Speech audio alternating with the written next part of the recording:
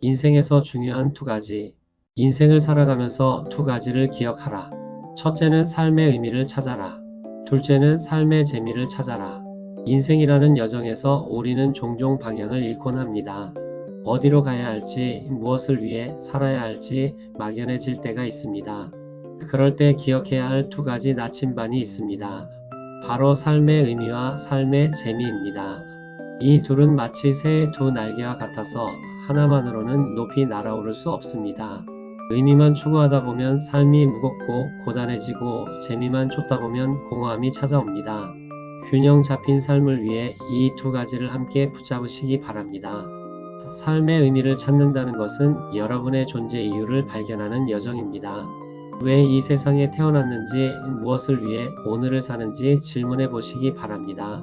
의미는 거창한 곳에만 있지 않습니다. 학생들에게 따뜻한 말 한마디를 건네는 것, 가족의 저녁 식사를 준비하는 것, 누군가의 이야기에 귀 기울여 주는 것에서도 의미는 피어납니다. 작은 일상 속에서 여러분만이 할 수 있는 역할을 발견하시기 바랍니다.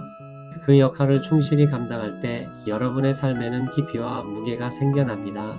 의미 있는 삶을 산다는 것은 자기 중심적 삶에서 벗어나는 것을 의미합니다. 나만을 위한 삶에서 우리를 위한 삶으로 시선을 확장해 보시기 바랍니다.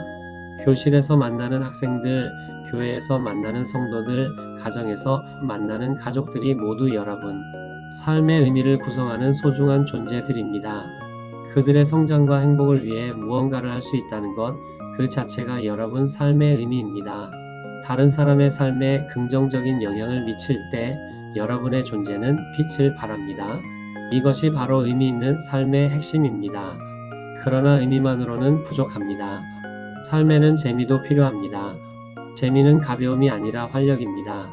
무거운 짐을 지고 가는 여정에 필요한 휴식이자 다시 일어설 수 있게 하는 에너지입니다. 진지함 속에서도 유머를 잃지 않고 책임감 있는 삶 속에서도 즐거움을 찾으시기 바랍니다. 수업 준비와 설교 준비로 바쁜 일상 속에서도 작은 기쁨의 순간들을 포착하시기 바랍니다. 아침 햇살, 학생들의 웃음소리, 찬송가의 선율 속에서 재미를 발견할 수 있습니다. 재미를 찾는다는 것은 삶을 가볍게 여기는 것이 아닙니다. 오히려 삶의 무게를 견딜 수 있는 힘을 기르는 것입니다. 재미는 우리에게 회복력을 줍니다. 힘든 하루를 견디고 나서 누리는 작은 취미 활동, 친구들과 나누는 따뜻한 대화, 좋아하는 음악을 듣는 시간이 모두 재미입니다. 이러한 재미의 순간들이 쌓여 여러분은 다시 의미 있는 일을 할 힘을 얻게 됩니다. 재미를 죄책감 없이 누리시기 바랍니다.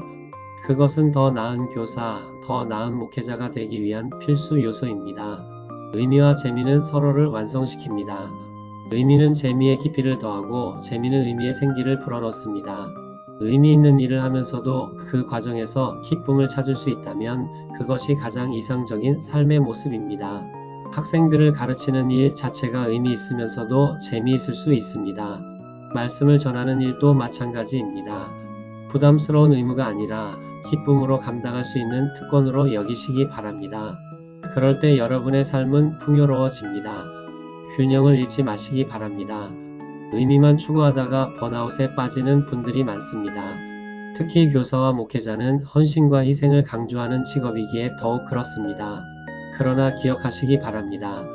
여러분 자신이 건강하고 행복해야 다른 사람들에게도 의미 있는 영향을 줄 수 있습니다. 적절한 쉼과 즐거움은 사치가 아니라 필수입니다. 반대로 재미만 쫓다가 공허함에 빠지는 것도 경계하시기 바랍니다.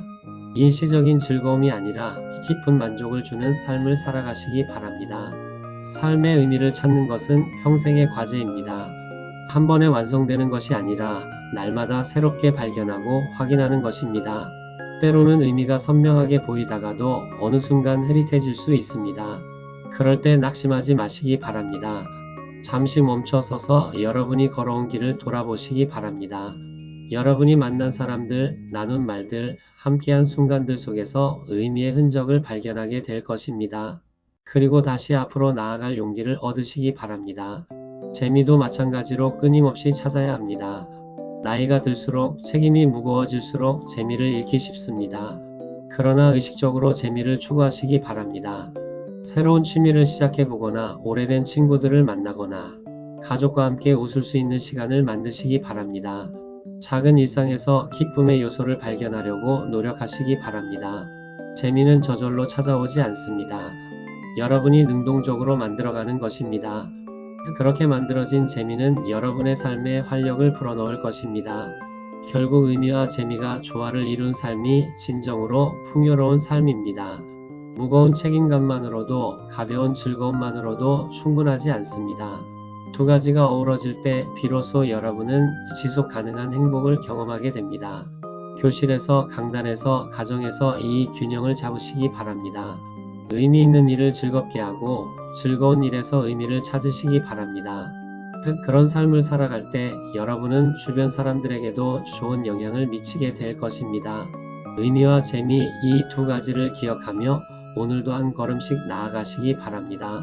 내 형제들아, 너희가 여러 가지 시험을 당하거든 온전히 기쁨으로 여기라. 이는 너희 믿음의 시련이 인내를 만들어 내는 줄 너희가 알미라. 야고보서 1장 2절에서 3절 말씀.